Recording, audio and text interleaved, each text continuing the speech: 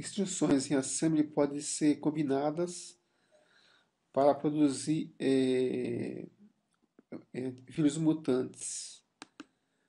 No exemplo que foi demonstrado, nós vemos dois programas que fazem a mesma coisa. No primeiro exemplo, nós vemos um comando jump, né, que é esse comando aqui, cuja função é pular para a rotina de baixo.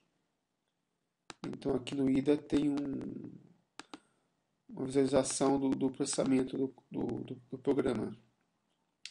O jump pula para a rotina de baixo. O segundo programa que faz a mesma coisa, ele também pula para a rotina de baixo, porém ele não usa a instrução jump. Ele usa 3 instruções, que é push CS, ele grava o segmento, push offset, grava um endereçamento offset, e dá um retf. A função da instrução retf é pular para o offset e o segmento do stack. E como anteriormente foi enviado o offset e o segmento para o stack, ele vai pular para aquele lugar, que é a rotina de baixo. O que foi enviado do stack é o endereçamento da rotina de baixo. Então, nós temos dois programas fazendo a mesma coisa, mas isso pode ir além ainda. Nós poderíamos imaginar que no meio do vírus poderia ter a passagem do valor 10 para o registro AX, né, que é feito dessa forma diretamente. Podemos fazer de outra forma, podemos passar para BX, depois transferir para AX. Ou poderíamos fazer de outra forma, poderíamos começar BX com 15, subtrair 5 dele, depois passar para AX. As três formas, as três combinações, elas fazem a mesma coisa. Então, para que isso serve? Então, poderia ter uma utilidade no meio do vírus, o valor é x10, só poderia não ter nenhuma utilidade. O vírus utiliza, às vezes, rotinas que fazem mutações, que ele combina instruções diferentes, instruções simples diferentes, que fazem a mesma coisa só para confundir o antivírus, né? Então ele tem blocos de instruções que fazem a mesma coisa e cada vez que ele contamina, ele pega um dessas instruções desse bloco, né? Então é um bloco que tem instruções que fazem todas elas a mesma coisa. Então a combinação de instruções ela é poderosa. Vamos ver aqui matematicamente o que ocorre. Se nós temos, por exemplo, 50 combinações em bloco de 5, vamos ter um absurdo de 2 milhões de meios diferentes de fazer a mesma coisa. Então, se o vírus tem... ele consegue fazer 50 combinações em blocos de 5, né? Ele consegue chegar a 2 milhões. Então, no caso anterior, eu mostrei 3 meios diferentes, né? Então, há vírus que tem 40 blocos, tem outros que tem 30, né? Então, eles fazem as combinações e chegam a valores alarmantes para o antivírus. Então, nesse caso aqui, seria impossível que um antivírus ele tenha 2 milhões de vacinas para cada vírus. Isso é impossível. Mas o vírus mutante, ele faz combinações, né? E as combinações eles chegam a milhões de maneiras possíveis para que o vírus seja visado. Outra maneira também para dificultar que o antivírus identifique o vírus é a criptografia. Nesse programa nós vemos o endereço de memória com o endereço 110. Seria uma parte de um vírus, por exemplo, que ele primeiro verifica se o vírus está na memória do computador. Então, se não estiver, ele instala o vírus.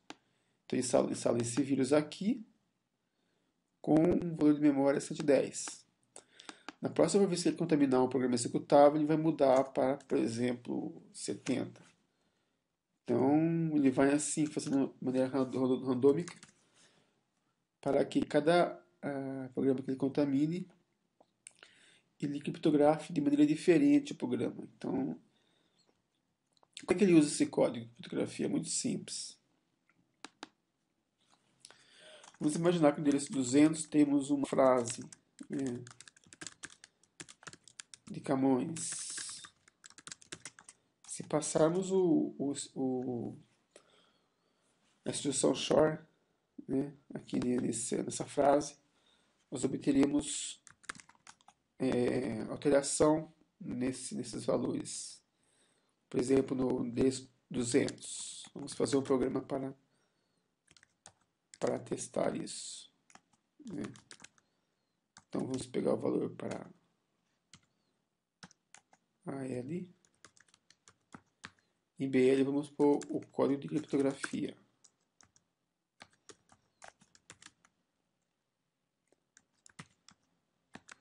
Vamos desenvolver o valor para a memória. Então, executando o programa,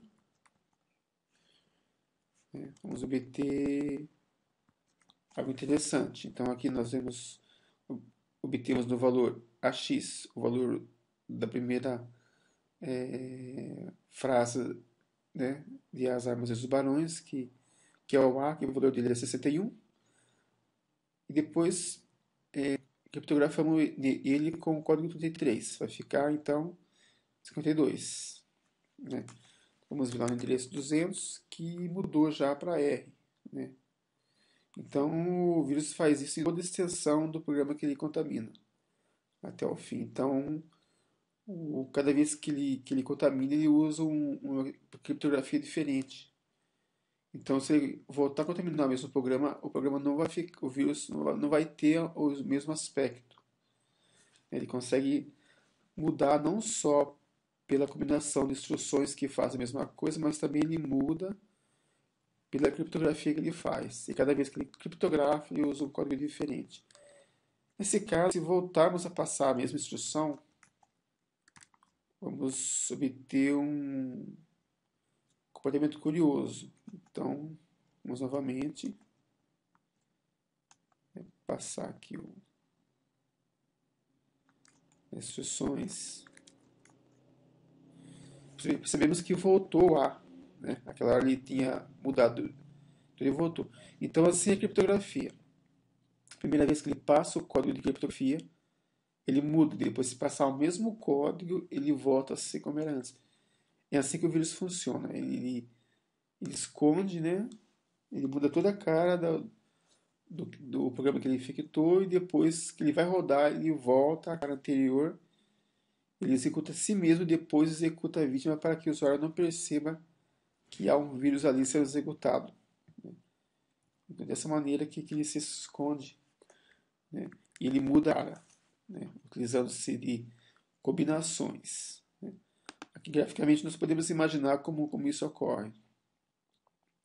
Esse exemplo da criptografia seria o A, executa o SHOR no código de criptografia 33 e dá 72. Depois, quando o vírus vai executar a vítima, ele faz o contrário. Ele pega o que era 72, aqui embaixo. Ele aplica o mesmo código de 33 e volta ao A. Volta a ser como era no início. Então, quando o programa está com o vírus contaminado, ele tem um aspecto diferente. Aí, quando o vírus vai usar o programa, e o vírus faz com que ele volte ao aspecto original, né? Para que se perceba que existe um vírus rodando ali. Tudo isso através da criptografia, utilizando a instrução SHOR. Né?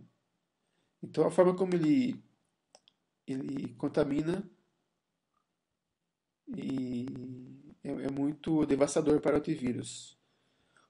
Esse é o programa inocente sem vírus. Então, o vírus anexa ao final, executa e depois executa a vítima.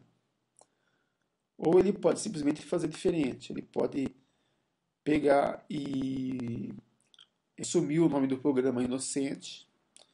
Depois o usuário executa o vírus executa a si mesmo, sem instalar no PC, e depois executa a vítima.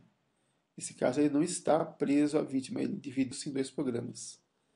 Ele assumiu o nome da vítima e mudou o nome dela, para que se fosse mais tarde executado no final dele fazer os processos normais de verificação da memória e depois entrar, etc. Ele também pode aumentar o tamanho, né? Quando ele contamina, ele pode simplesmente aumentar o tamanho do vírus no final. Além de criptografar isso aqui tudo, ele pode aumentar cada vez que ele contamina. Dessa forma, o antivírus também tem dificuldade para poder perceber por assinatura, por exemplo. Então, essas são as duas formas de mutação, né? A forma de mudar comandos, ele tem um bloco de comandos que faz a mesma coisa, então em combinações ele chega a milhões de aparelhos diferentes. Ele usa em conjunto com isso a criptografia, né? Criptografia que ele guarda em milhas de memória, e o código de criptografia ele muda a cada contaminação. Essa é a maneira que funciona o vírus mutante devastador.